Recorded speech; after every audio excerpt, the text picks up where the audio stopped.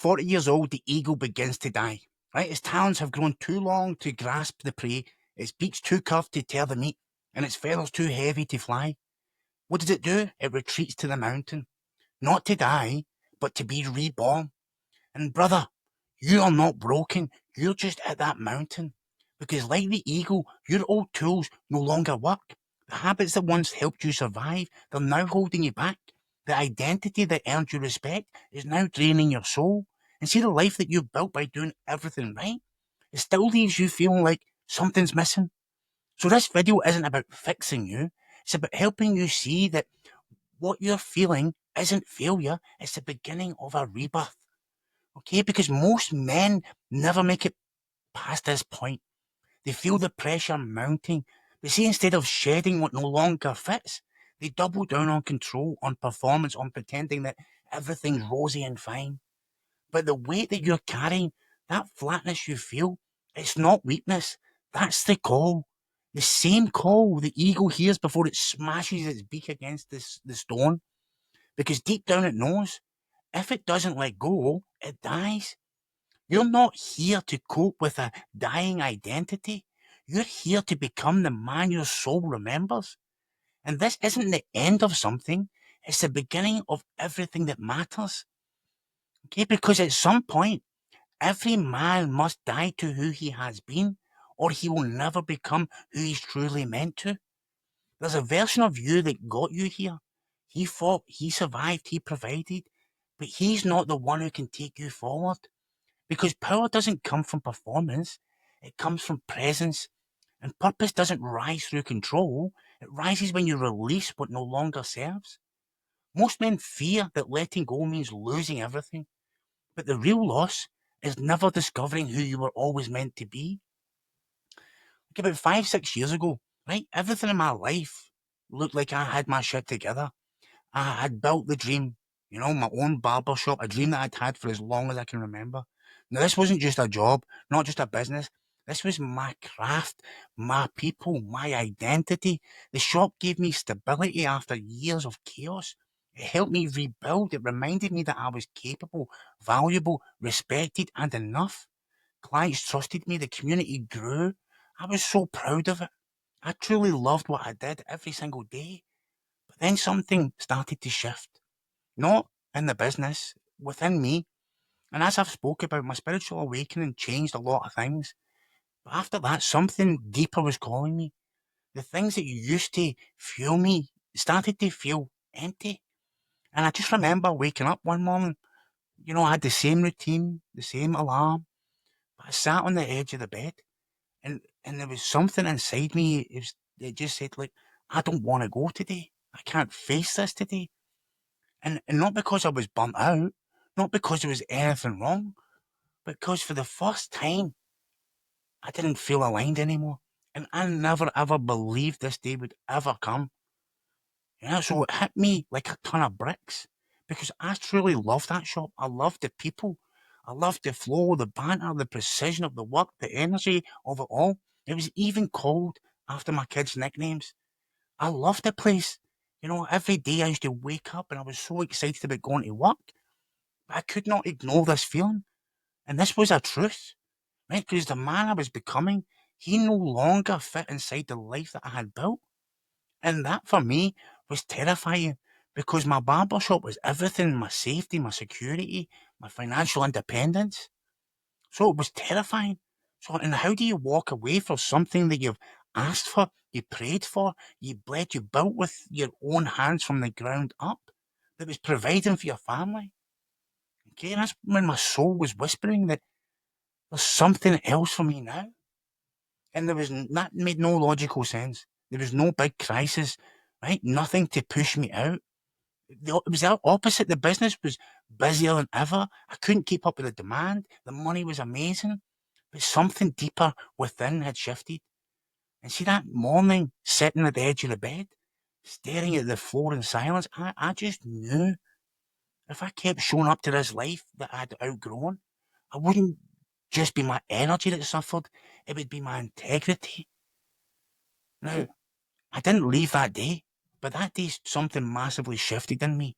That certainty, the fire. The old identity that had once held all my shit together, that was the beginning of the unraveling, the beginning of the unbecoming. And it was so painful, right? Just to even imagine letting go of that shop. But a deeper part of me knew that if I had the courage to walk away from this magnitude, what I truly loved, because it was no longer aligned, then what I was creating space for would be magical. And that's what I've done. Okay, but then this wasn't overnight, and it wasn't without pain and grief, but it was honesty. And that decision, you know, it changed my life. I stopped clinging to a version of myself that had already expired. Okay, and that was one of the most spiritually aligned moves that I've ever made. And since then, I wish I could say everything's been all rainbows and unicorns and amazing, but it's not. I've had some of my most difficult times since selling the shop, but I would never change any of it. Okay, because see, this process of shedding, of unbecoming, this isn't new. It's not a modern crisis. It's a spiritual initiation that's been honored across every culture, every wisdom tradition, every timeline. In Buddhism, they call it emptying the cup. The recognition that real growth doesn't come from acquiring more, but from releasing what no longer serves. Right? The Zen master, Nanin, right? He famously poured into a guest's cup until it overflowed. And when the guy, protested, he said, like this cup, you are full of your own ideas. How can I show you truth unless you first empty your cup? Right? And then in Stoic tradition, this wasn't abstract philosophy, it was a way of life. Seneca taught that the wise men welcome discomfort, not for the sake of suffering, but because only through discomfort do we strip away the false needs. It's not the man who has little who is poor, but the one who hankers after more. Marcus Aurelius didn't just endure hardship, he saw it as the very mechanism for transformation. The impediment to action advances action. What stands in the way becomes the way. The obstacle is the way. These aren't just poetic ideas, because modern neuroscience backs it up. Right? Your brain, by age 40, has built deep, efficient networks, neural pathways shaped by decades of repetition, stress responses, habits, and roles that we've played. These pathways, they become so ingrained, you start mistaking them for identity, right? But there was researchers at Stanford discovered under certain conditions, intense disruption, deep reflection, or deliberate silence, the brain enters to what's called a critical period of neuroplasticity, right? The window where change becomes possible again, where the default mode network, the part of the brain responsible for your sense of self, it actually quiets down. And then what happens? Something incredible opens up. You no longer are stuck in the story you've always been telling yourself. You're no longer defined by what's happened, who they said you were, or what you've always done. You enter what Carl Jung called the night sea journey, a descent into the unknown self. The part of you that you've been avoiding because it doesn't speak in language. It speaks in symbols, tension, intuition. And that descent is terrifying because it's death. Now, not physical death, the ego death. The death of the version of you that was built on strategy, survival, structure. And Carl Jung knew what neuroscience confirmed and what spiritual traditions have always taught is the death must come before the rebirth. Right? Every rite of passage in every indigenous culture involves the sacred rhythm, isolation, shedding, suffering, revelation, return. The boy dies, the man emerges, the masks dissolve, the soul appears. And what we've labelled a midlife crisis in the West, it's actually a midlife initiation. Because we've lost the ceremony, the symbolism, the spiritual container, men are left to navigate this alone. They think something's gone wrong. They think they need to fix it. They chase harder, work longer, buy the big fancy red sports car. But you can't fix an identity crisis with a performance. You have to walk through it with presence. And when you do, when you stop trying to add and finally start to shed, you activate the very intelligence that is buried beneath all your coping mechanisms all along. That's not regression, that's resurrection. And how do we take this a step further? Because you don't need another system. You need space, you need silence, you need truth. And to access those, you need to start undoing, not just doing. Okay, let's look at 5 deep practices, not for self-help, but for self-remembrance. Okay, number 1, the belief inventory. It's time to burn the false scripts. Every identity is built on beliefs, but most of the beliefs you carry, they're not even yours. You've inherited them. They've been passed down to you, adopted to stay safe, used to earn approval, love, respect. And at one point, you needed them because they made you feel safe, or you wouldn't even have them. But right now, you don't need them anymore. You're here to create something new and magical, right? So write down 10 of your strongest beliefs about success, love, money, purpose, masculinity. For example, real men don't show emotion. I need to be strong for everyone. My worth is tied in what I produce. Money is the root of all evil, right? And write down 10 of them, right? And next to each one, ask, where did I learn this? Has it ever truly served me? And who would I be without this? Okay, then burn what's false, literally. Write it, reread it, and then light that page on fire. Because the ceremony matters. Let your nervous system feel the release. Okay, number 2, identity fasting, stepping out of the mask. You spent decades mastering roles: the provider, the fixer, the stoic, the lone wolf, the people pleaser, whatever it is. But identity is like clothing. If you never take it off, you forget you're wearing it. So here's the challenge. Pick one identity you've been over-identified with, right? And fast from it for 7 days, right? For example, if you're always the one who holds shit together, let someone else lead. Right? If you're the guy who never asks for help, ask for help.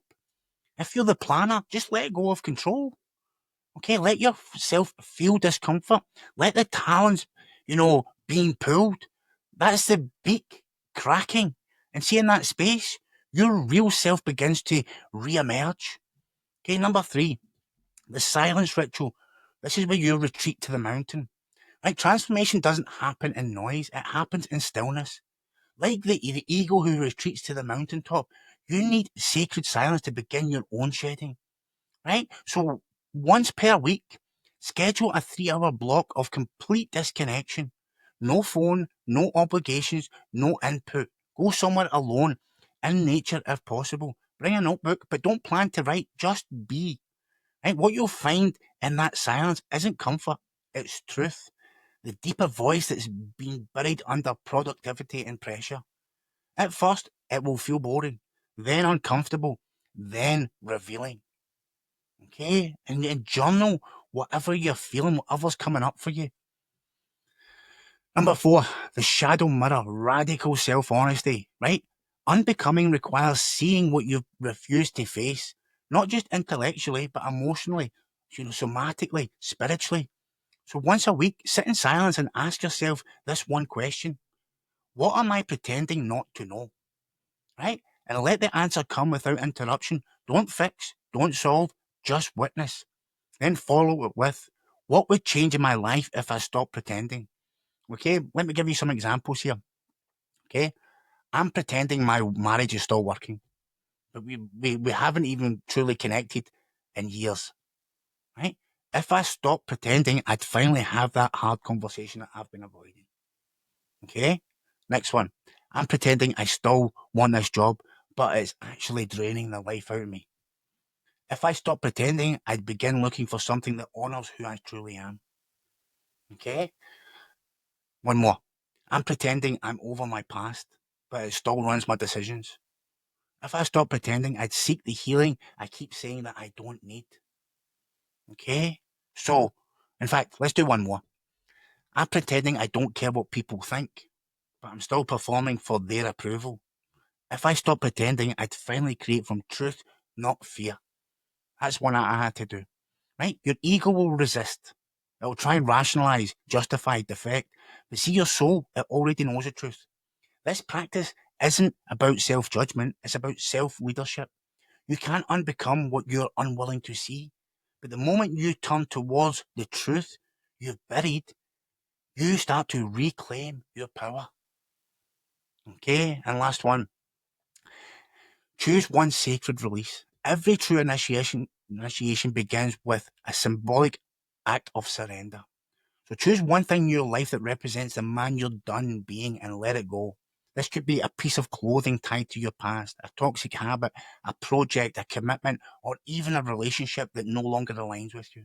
Release it. Don't just talk about change. Mark that shift, man. Make it. Every time a man lets go of what no longer serves him, he sends a message to the universe, to his unconscious. I trust what's emerging more than I fear what's leaving. That's not weakness, that's sovereignty. Now, these aren't just random tips. These are things that I use in my life, that men I've helped use. These are initiations. Use them not to become better, but to remember what's already true. The power is already there. These practices simply peel back what's in the way. Okay, listen, brother, you don't need to become someone new. You need to remember the man you were before the world told you who to be. You spent your whole life building, proving, performing, protecting, perfecting, and to the world, it worked. They see this man who's done well for himself, a man who can hold his shit together, a man that they can rely on. But what they don't see is the quiet pain behind your eyes, the questions you don't ask out loud, the sense that no matter how much you build, there's something still missing. Okay, and let me be crystal clear. That pain isn't failure, it's your soul asking for more, but not more stuff, more truth. This is your moment, not to rise higher, but to go deeper. Because there comes a time in every man's life when the roles must fall, when the masks must come off, when the survival identity, the one that got you here, must be laid to rest, so the real man can rise. And that moment is right now. And guess what? This shit won't be easy. There'll be grief. Letting go always brings it. There will be uncertainty. No map exists for unbecoming. And there will be days that you question if you're doing the right thing. But I promise you this. If you follow the call, if you surrender to the fire, if you trust what's breaking down, you will rise more free, more honest, more whole than you've ever been. Not because you've added anything new, but because you have finally had the courage to shed everything that's false. You're not here to live a life that looks good and feels dead. You're here to walk in truth, to speak with clarity, to love without armor, to lead with wholeness, to embody a power that comes not from dominance, but from depth. And see, that kind of man, he's not built through hustle. He's revealed through unbecoming. So if you feel that call, even just slightly, then answer it. Because see, on the other side of that shedding, you will meet the man you've been destined to be. Not someday, but right now. And see if this message stirred anything inside of you. Don't just nod and move on. Make this real. Okay? Do 3 things right this second. Drop in the comments shed. Not for me, for you. Let it be your line in the sand, your declaration to the man that you used to be and to the man you're now becoming. No more hiding in the noise. No more pretending you're fine. Let the world feel your decision. Okay, number 2, choose one thing to release this week. A false belief, a toxic pattern, a role, a habit, a relationship, something that no longer serves your truth. It doesn't have to be massive. It has to be honest. Burn the script, cancel the meeting, say the thing you've been holding in. Take the walk you've been avoiding. Take one aligned action and let that be the beginning of your shedding. And number 3, if you haven't already, like the video and subscribe. This isn't self-help content. This is soul work for men who are done performing. If you're ready to walk the path of depth, truth, and embodied purpose, this is your space. This is your brotherhood. And see if you've got a friend, a brother, a man in your life who's been silently suffering, send him this video. Be the mirror, be the spark, be the reminder, be the courageous one. Okay, because the courage to unbecome isn't just personal, it's ancestral, it's collective, it's contagious. You weren't born to die with the truth still buried beneath your performance. You're born to rise as the man your soul remembers. And that begins right now. And let's move and let's do this together. I appreciate you, I love you, and I want you to know you're not alone. This journey we are on together. It's time for us to rise together. Okay? I love you, truly love you. Have a great day. I'll catch you on the next one. Got a video for you here, and you can subscribe here. Take care. Bye.